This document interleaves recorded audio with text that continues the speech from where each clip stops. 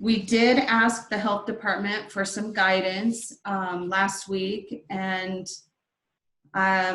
we were told to follow the Idaho Food Code, and then we were referred to the governor's website for reopening. So that is all the guidance that South Central Health Department gave us.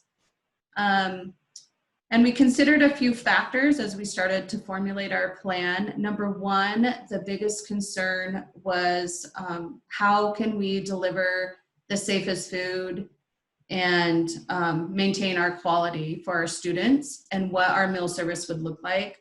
So I've been watching some social media conversations and attending some national calls, and it's a topic that everybody is asking the big questions. So we decided for our district, it will be best to remove all of our self-service stations. We have healthy choice bars in all of our school districts, or all of our schools in our district. We are going to remove our healthy choice bars. We are going to remove our condiment and spice stations. And instead, we will either be pre-packaging in portion cups our condiments or using the packets for our students. First graders can't open ketchup and mayonnaise packets, and so we figure a 1 ounce portion cup would be best suited for them. And we will continue to offer both fresh and canned fruit at lunch, and we will have a couple different fresh vegetables and sometimes hot vegetables. But what we are doing in our district is our district is using CARES Act money that they received to buy us heat sealing machines. And so we will have a heat sealing machine in our elementary, middle school, and our high school that'll give us the ability to package meals and serve them like a TV dinner style entree with a couple sides, and then we will have fruit and vegetables in their own little cupped containers that are sealed. So that is one thing we're looking at, and we would like to, well, not we would like to, we are going to still offer a hot choice at lunch and a cold choice at lunch. Our cold choices will look a little different because we have had yogurt and deli bars in the past that were self-service. So instead this year for all of our schools, we will be offering yogurt bento boxes that are a 4-compartment plastic container, and 1 compartment will be yogurt, 1 compartment will be granola, 1 compartment will be a fruit, and maybe the vegetable on the side. I haven't figured out what all I'm putting in there yet.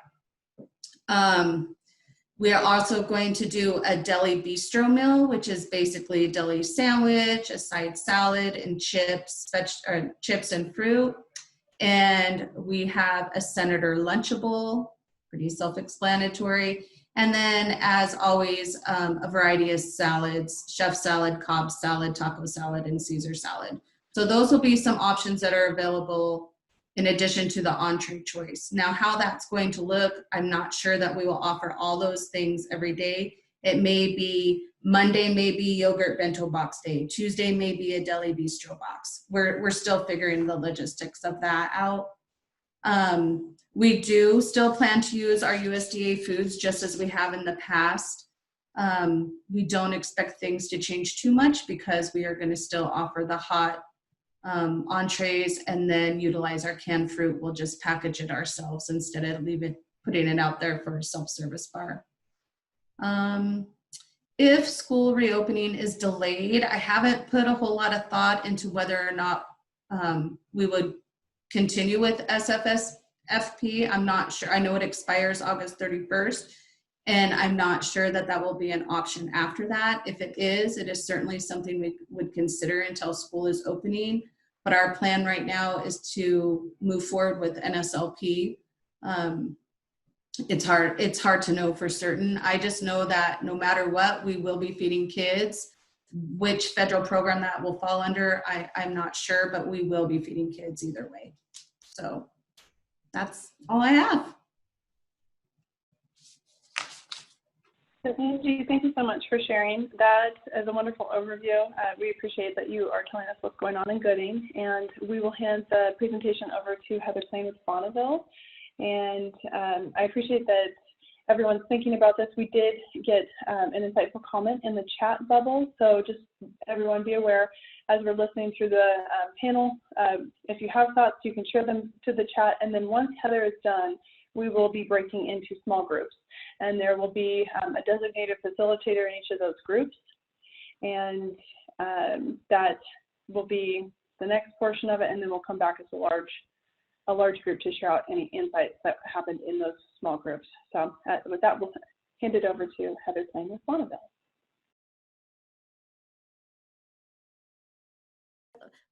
That's a great act to follow. I think we're right in line with what Gooding is planning on doing with Angie's plan. Obviously, we're a little bit bigger, so some things change. I'm super jealous that she's going to have packing machines in all 3 schools. I had the courage to buy a small one for just $5,800, and it'll be in one of our schools. But I looked at the cases of canned fruit we have sitting in our warehouse that we didn't get to use, and how expensive the processing is on the cupped up fruit. Justine from District 91 and I have been working on that together, and we decided to collaborate so that we could actually bring in, because there's a minimum of 100 cases per order on the one that we ordered. And so we've collaborated so that if she comes up short, we can help her. And if I come up short, we can work together to utilize that for us as we go forward. A lot of what our Bonneville School District is doing is very similar. We do have the color code. Our superintendent has actually put a monitor on our front page of our website, so we know really where we are every day. And I have been in the planning meetings at the beginning. Now that the principals are back, I think the more focus has become, what's happening in the classroom. And I received a couple texts the last couple days. Our board meeting is tonight, and again, they're going to look at it. They want to approve something, but it's such a moving target. But we are in the color code system. We do have an extra color, which is phase 3, which would be orange. And so we would start full kids, and if we go to yellow, then we do half of the students, and then we do half again, and then virtual. So they just keep kind of doubling down until there's just no kids in the building. Mondays are a planning day for teachers, so it'll be every other Monday will be short for elementary, and high school can come on Monday for a supplemental help. So they're expecting meals to be served on those days when kids can really choose to come or not. So we're looking to make that kind of a simple day. That would be like our pizza day or nacho day, where it's super simple. And also parents can do online orders and come pick up on that day also for days where kids are not in school. Our service styles, it's all over the map. They definitely want to serve out of the cafeteria. They do not want to serve in the classroom. That's been pretty clear, which I'm so thankful for, because they will come to us and then they can go to wherever it's designated for them to eat. The elementary schools typically use half of the gym, and then the other half they're having class or PE or something on the other side, but they're going to expand in every school they can, so just to create distance for the kids. I had a conversation yesterday and suggested similar to what Angie's doing, but have first grade come and then like the 4th grade, but then the 4th grade could go back to class. And then the 2nd and 5th and 3rd and 6th. So you only keep half the amount of kids in the cafeteria, and you're sending the kids that are older and a little more responsible to carry the food through the school. So we'll see how that goes. We've always had a single lunch in our high schools. They're talking about staggered lunches. And right now we're in 150 gatherings, so they're trying to maneuver that. And again, those kids are very portable, so they could pick up and go to designated areas in the building. Our elementaries are, we're all touchless anyway, as far as POS goes. We sell by roster in our computer, so they just come up by class and we just send them through. So that has been pretty simple. I bought some shields from a place called Get Visuals, and the Visuals, it has a Z at the end. It's the Learning Zone Express is the former website. They're $49. It's not thick plexiglass. It's made out of this poster board stuff. But I literally was able to buy them for all my elementary schools, and it did not break the bank. So I'm not willing to invest until I know really where we're at. So they're kind of makeshift. And I told them I don't care if I have to use duct tape, I will do it. And somebody told me make sure it matches the color of the school. So I think that was approval. So in our secondary schools, they typically put in their PIN number. Some of our PIN pads have scanners. They're not very good. But I ordered scanners, so I have one per line. So where we typically had 2 coming through, there would be just 1 scanner. There's 4 ways that the kids can get the barcode. So their student ID that they get at the beginning of the school year automatically has that. I can print a card that has the barcode, and they can take a picture of that. So then it's on their phone. They can also go to our payment website and generate their barcode and use their phone for that also. So there's 4 different ways. So they don't have to carry a card because they all have their phones, except middle school because they won't let them use their phones at lunchtime. So we tried to make it so that there's lots of options. So you don't have to have a phone to eat lunch. Our software company has been amazing. I told them they were falling down on the job, and man, have they come through for us.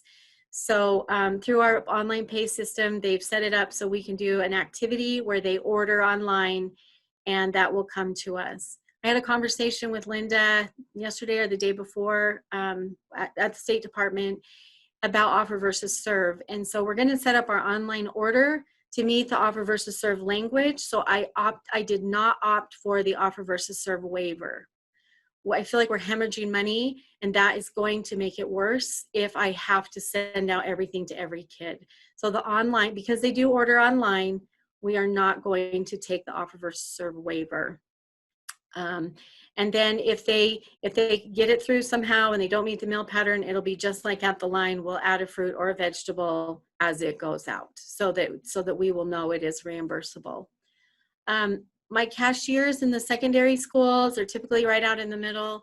I have 2 of my middle schools who figured out to move their computers behind the lines. And we're combining some lines in the middle school. We had 5 lines. We're taking it down to 2. But one of the 4 lines will be sides only, and the other will be entrees. So we'll have 2 set up just like that. So as soon as they get to entrees, they will already have their sides chosen. We know that the fruit or vegetable will be on the tray, and we'll just pass the trays behind the line. So offer versus serve, and hopefully simplifying sort of what the choices are. We're trying to keep our same menu.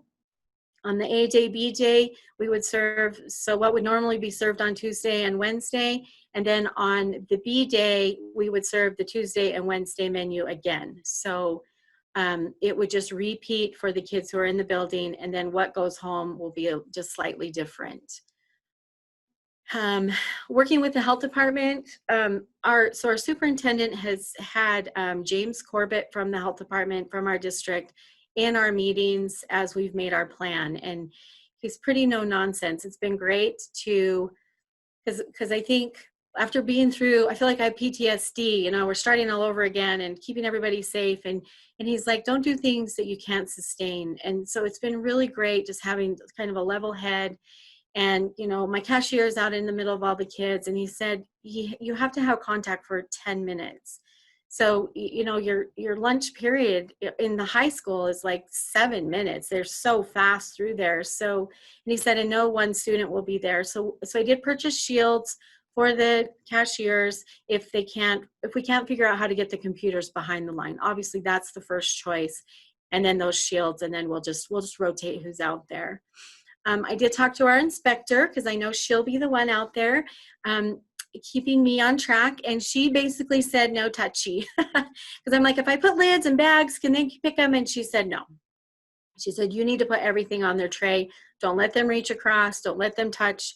Lidded, cupped up. So that's our plan, which is actually good for us while we're serving in the building, because it will be a lot more economical to just scoop up the fruit, put it on there, and I don't have to pre-bag it or cup it or lid it while it's in the building. It's just the outside or the curbside pickup that we will be packaging. The factors, So I look in my warehouse and it's terrifying that I have USDA trucks on their way and we've committed to all this food for our bid. So we're doing everything we can to use what is was already in our plan. We haven't ordered a whole bunch of packaged stuff.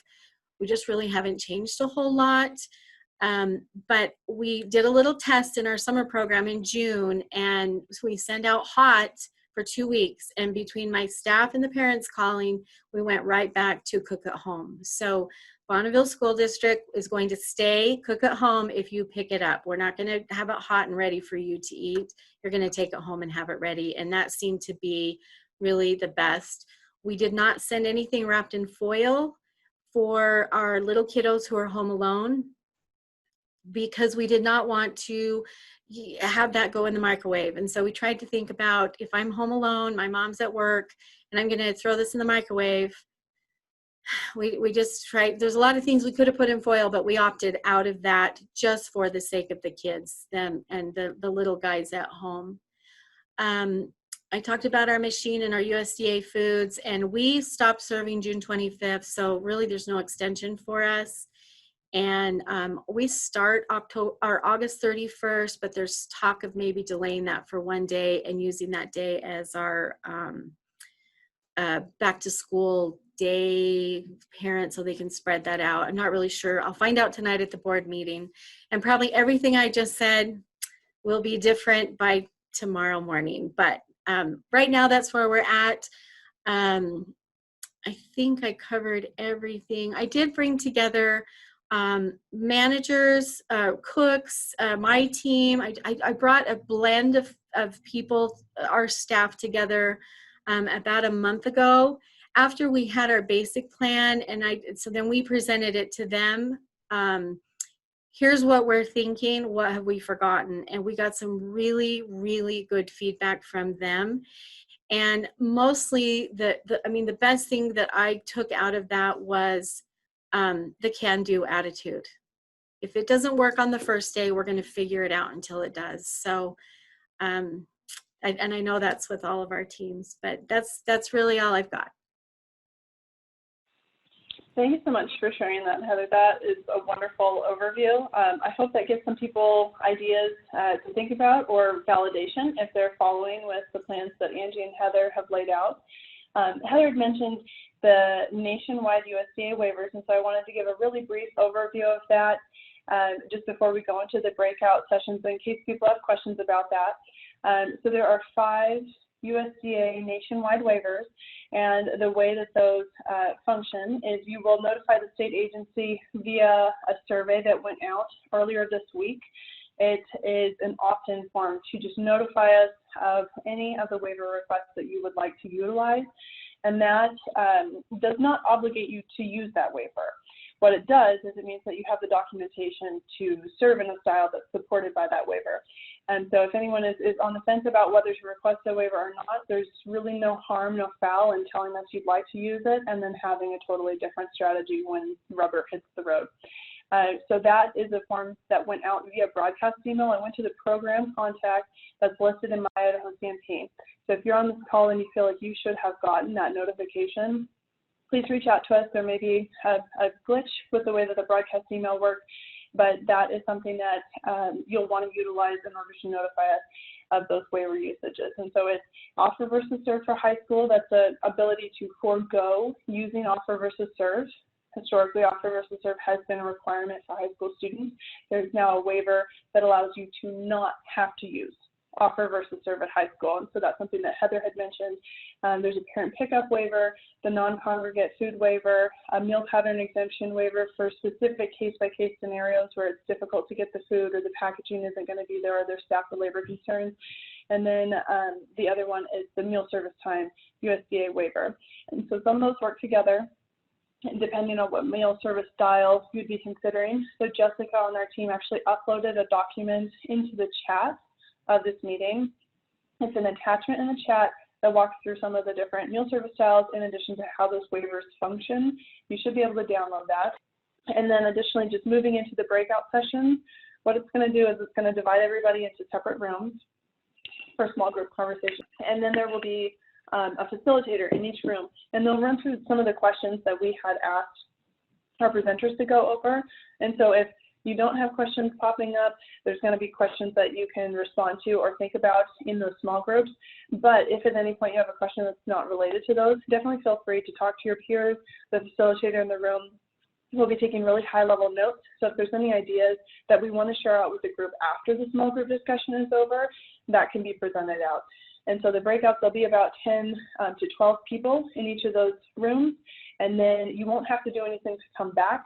It's going to be set for 30 minutes. So at 11 o'clock, there'll be a countdown, a timer that starts at 60 seconds. You'll want to look for that so that you know the conversation is about to be ended, because you may not get the chance to finalize that if you're still thinking through something. So there'll be a countdown timer, and then you'll just reappear here, just miraculously.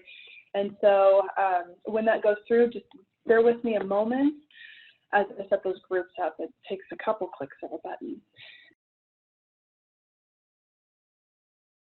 I don't know if that was a familiar process for folks or if that was something new, but hopefully you got at least a feeling of camaraderie out of that. So let's go ahead and start with room 1 and ask if there were any really big questions, lingering questions that wanted the whole group to address. And feel free to unmute your microphone if you have a response from your experience at this point, or if your district is going through a similar scenario. So those who were in room 1, does anyone have really high level notes to share? Hey, Heather, could you tell us who room 1 is? Yes. I don't think any of us knows. It just which breakout room we were in. That is an excellent. Okay, so this is where we start naming names. Linda, it's you. Oh, okay. All right. Here are my big takebacks. They need to know about supper, enrichment, curbside pickup. They can't wait for USDA to address some of the issues, so they're just moving forward with it. So we need to put a little pressure on USDA to say, come up with a plan.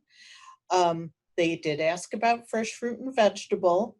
They had some concerns about low pay and not enough staff to come up with plan B in case somebody were to get sick. So one of the good suggestions is start working with other departments like special services in the school to come up with a plan. Yeah, manpower was the big thing, and the meal pattern for curbside pickup, the meal pattern, if they're all picking up at one place, having elementary, middle, and high school and different meal patterns or quantities for each of those. So those were the big things that we came up with. Thank you for sharing that. I don't know if anyone who wasn't in my group feels moved to respond or even like a here, us too sort of response. The next group is group 2, and that was moderated by Jessica. So one of the big issues that we talked about was some of the charter schools who opted not to serve during that initial COVID outbreak because they might be in an area where there's a larger district that is serving students in the community. And it led to them losing quite a bit of money. They had tons of food that they weren't using that they tried to sell to other districts in the area. Or they had to donate away, so they're not getting reimbursement for meals, their food is going to waste, and a lot of money is being lost. And so, one of their concerns is, what if that happens again, where they have to close, and now they're losing money again and having to get rid of some of their USDA foods. On the flip side of that, we have a district that, was doing 7-day meal delivery. And I mean, their participation was skyrocketing, and they were running out of USDA foods because they were using so much food. So, you know, you had one on one end of the spectrum and one on the other.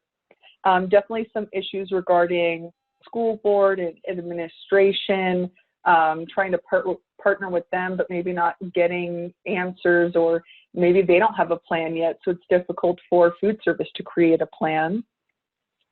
There was also some discussion about, you know, different schedules, A/B days, the whole green, yellow, red lighting system, and how that would change the food service depending on which color they were currently in. Also a big concern about those students that are going to be doing virtual learning from home, or even homeschooling, you know, if they're not enrolled in the district, or if they are doing virtual learning, who can receive a meal and who can't. There was also a really good suggestion about using a Google Doc form to determine how many meals need to be made ahead for delivery. And we also had a discussion about offer versus serve, how, you know, a lot of the folks are deciding not to opt into that waiver because having to provide a full cup of fruit and vegetable, for example, for high school students, may lead to a lot of waste and more money lost. And so that's why they want to keep the offer versus serve component. And lastly, some folks are looking for some guidance on a shared table. If they're doing grab and go meals, would that be possible? And, you know, they said they're going to reach out to their local health district and have a conversation about that. Sounds like you guys covered a lot of ground. I don't know that there are any easy answers for that, but that's just helpful to start talking through. And from so many different perspectives too. It sounds like there was a really diverse group that could share in. Oh boy, okay, we'll see what the next group, that's going to be Marianne and Sean in our office. I don't know if we have arm wrestled over who's supposed to report out. Yeah, so a few things that did come up during our discussions are, one is definitely staffing concerns, as Linda mentioned, for her group, and utilizing student workers. I didn't know anything about that, so that was great to find out from a couple of districts that brought that up. But definitely staffing concerns was talked about. We did have a concern from one district regarding the parent pickup waiver and how that is transitioning from the summer feeding parent pickup to the parent pickup under the NSLP nationwide waivers, and really just having that communications with the parents and the guardians, you know, from being able to pick up all of the meals for all of their children under summer feeding versus, you know, meals for enrolled students this coming school year. So having that concern, which is that communication piece. Online ordering was also brought up as a question, and how that looks for other school districts. So I think that was great. And then the last thing that I noticed within our group is that I did have a couple of food service directors that are new.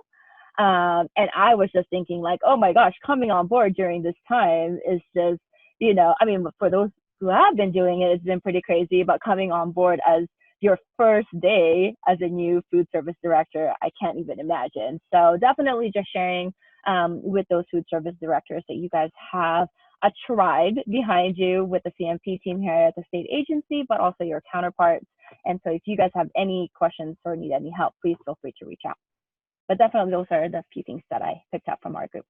Sean, is there anything else you wanted to share? I'm trying to see if I see her. Oh, I think I heard her no from the Nope. cubicle. Oh, there you go. You covered it great. Awesome, thank you. Thanks, Heather.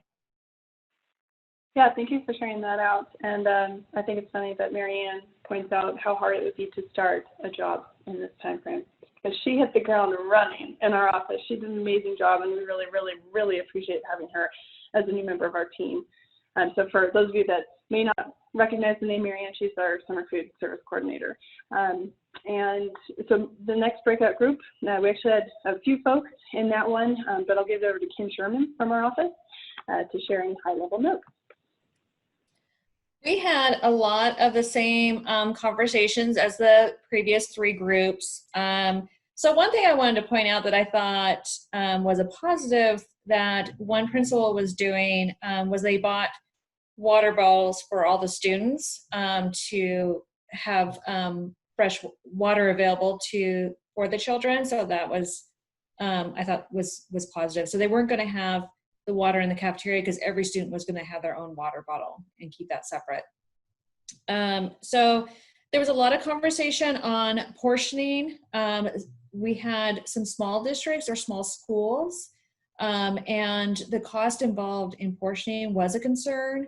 They were going to start off the school year trying to do the cafeteria style and do as much as normal, but didn't have all the plans in place of what's going to happen if there's an outbreak. And so that's a big concern, what they would do, especially if it's a small district, only a couple food service staff. If there's an outbreak, how would they be able to continue service? So putting plans in place is going to be really important. And even though you don't think you need the waivers now, having a plan now will save you time and the stress when an outbreak does occur, because we don't know what's going to happen. We talked about offer versus serve, and with the high school that if they do have to do grab and go and such, that they would want to consider that waiver because it would be difficult to do the offer versus serve with that option. And so we talked a little bit about that. We talked about the just the costs involved in with the challenges that they're going to be having with the meal pattern and the portioning and everything. So that was a big concern. We had a little conversation about the CARES Act funds because a few did not operate in April and May, and so they didn't qualify for the CARES Act fund. And so that was, concerning for them because they did lose money. It was kind of the same situation that Jessica had in her group, where there was a charter school that did not operate and they were not able to use all their USDA foods. And so the concern with that happening again. And then the delay of school. Right now, one of the charter schools is in a red zone, and they're looking at starting the end of August, but that may be delayed now into September. How they're going to manage that. When should they bring the food in? There's just a lot of unknowns. It's just making it very challenging. Thanks, Kim. I know there were several other folks in that group that may or may not want to share insights. The next group is we're actually going to have Reen give a really high overview because somehow that group got missed with the designated moderator, and that is my fault. So Reen, if you want to say I'm out, I'll just share the really, really brief notes that I took when I finally figured this out. So I can speak for our group. And our group probably wasted about 3 to 5 minutes going, okay, where's the moderator? So no, we no, but then you up because by the time I got in there, I was like, wow, look at her go. She's got this. What am I even doing here? So really, really appreciate you taking that on. You're welcome. So we actually had a conversation regarding what do we do and what does it look like and how do you plan for a staff member getting sick or community spread within your school. And so we just had that conversation, and it was brought up that at that point the health department would be brought in. So that's where we were at, and just how do you plan for that if your staff becomes ill? And then there was conversation on breakfast. How was that? Somebody said, well, we do breakfast before school. There was conversation about how one district was doing like different stations of breakfast and breakfast in the classroom. There was another school district that is opting not to do a breakfast program this year. And so that was really the length of our conversations.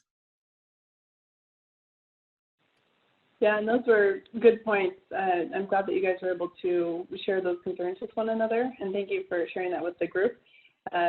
Just again, this is an open forum, so if anybody feels compelled to speak up, feel free. And the next group was moderated by Kat Forsey in our office. So Kat, if you'd like to give a high-level overview of what you all discussed.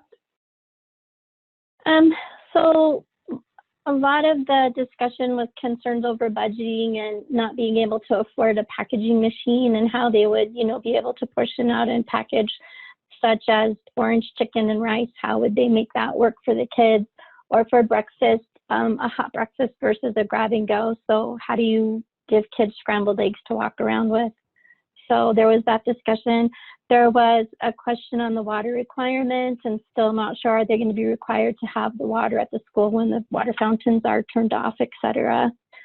So that was the discussions that we had. A lot of it had to do with the budgeting and not being sure how they were going to get the food packaged when they're on such a budget.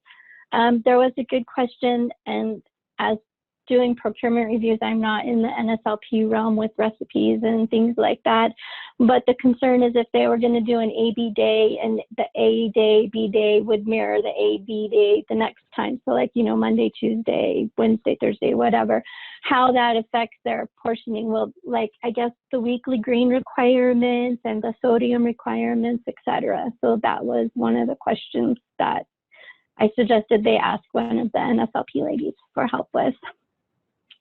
I think that was pretty much a lot of the talk was about the budgeting and the packaging and how to make breakfast a hot breakfast or a grab and go. So yeah. I can help with the Thanks, Kat. And that, I think I heard someone speaking. I'm not sure if one. Oh, it was me, Julia. I was saying I could help them with the scrambled egg recipe. So I heard Julia respond to share out a scrambled egg recipe. So that's exciting. Julia, if you want to send that to someone at the State Department, Oh, you can yeah. Well, then I can share it out with the whole group, or if there's a direct sponsor to sponsor link, that would be more helpful. Oh, yeah. I'm sorry. I said recipe.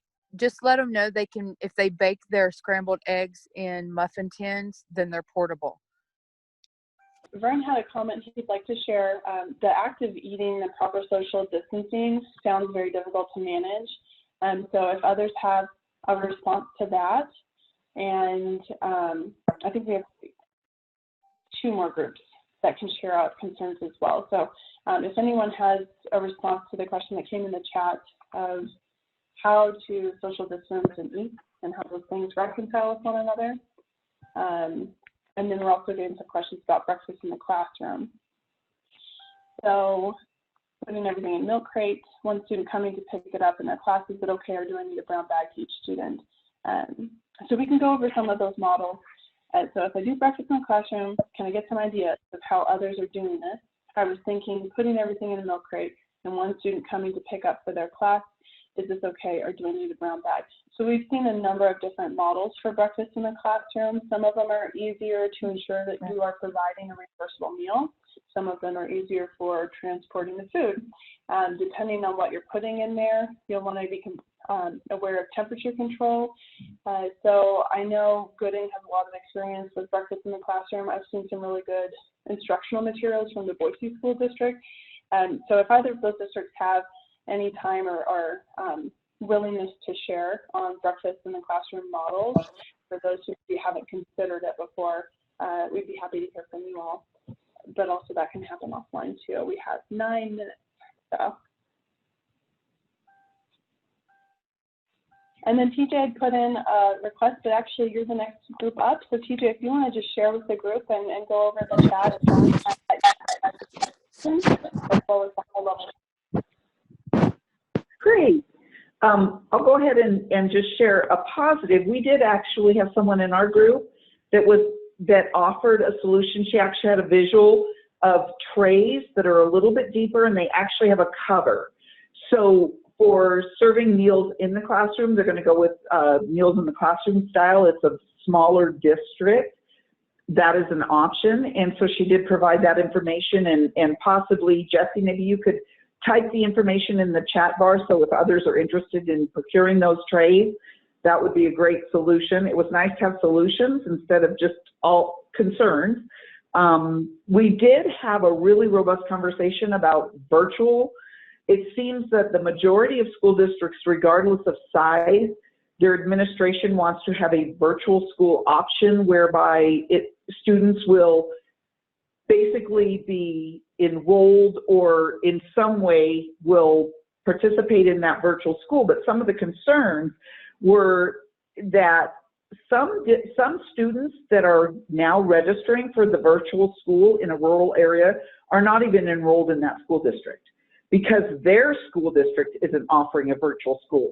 So we talked a lot about how this could significantly impact school districts that have provision programs or enrollments. How do you count those meals? Do you serve those students?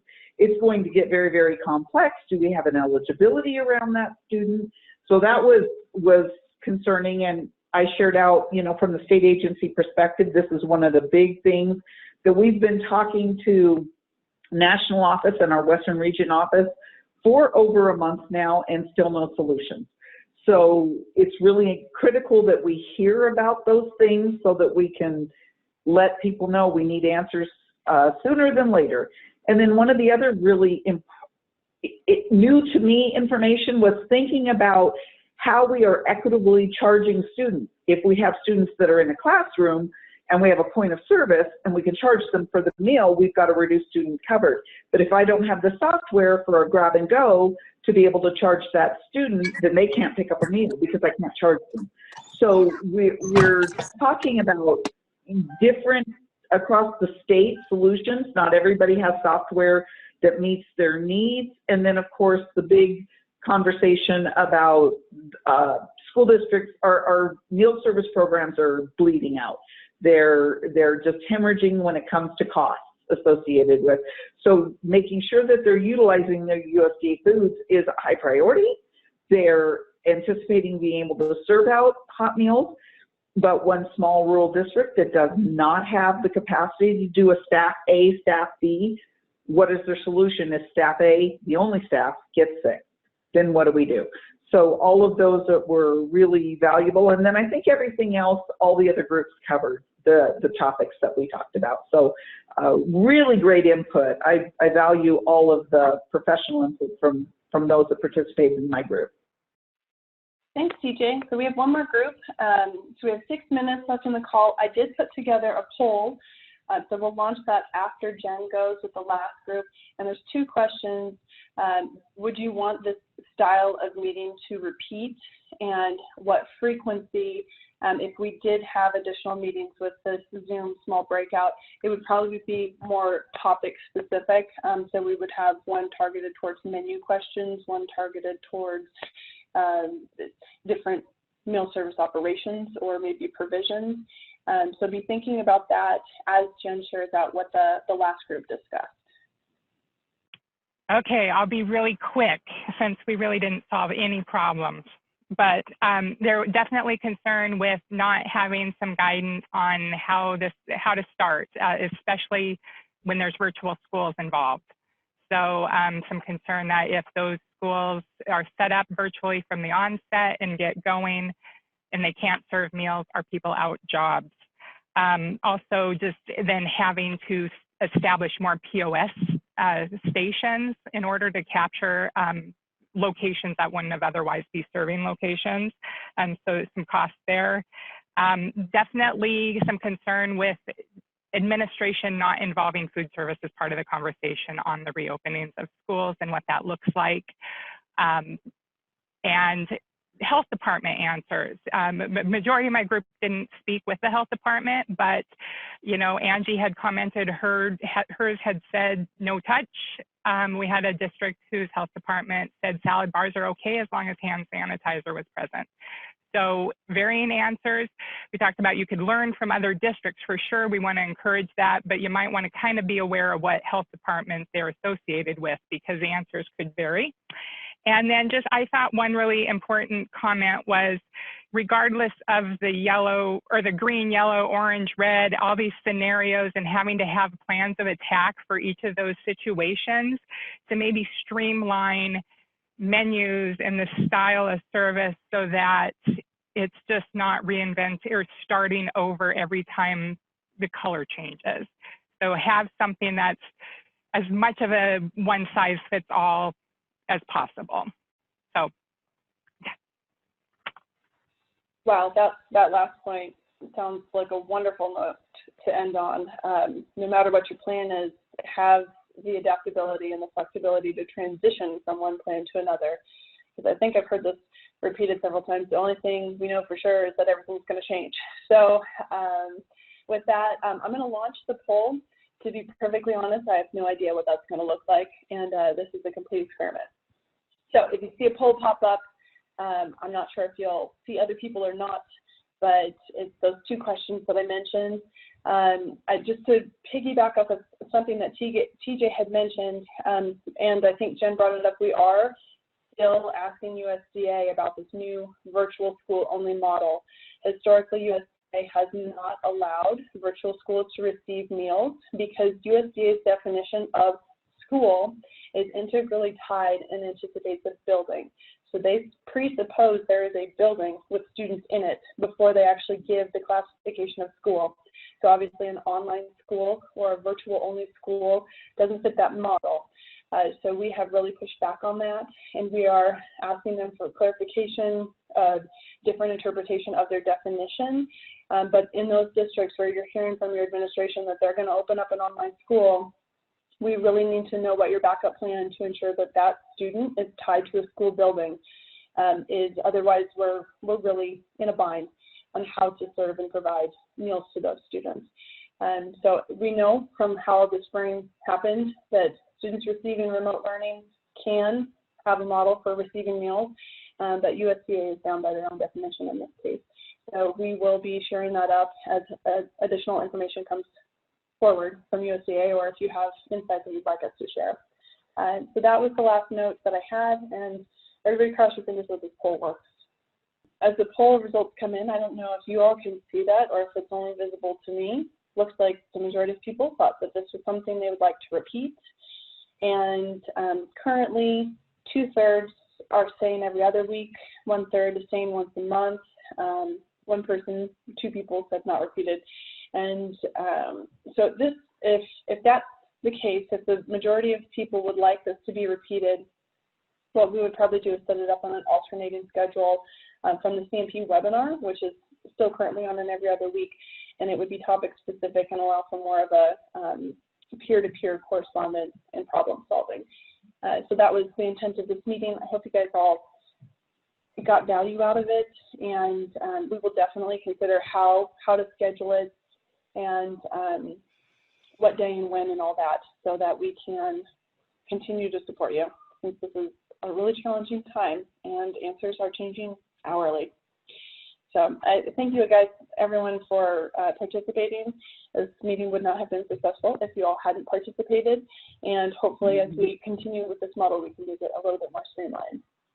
And with that, we'll go ahead and adjourn unless anyone had final thoughts to shout out into the universe.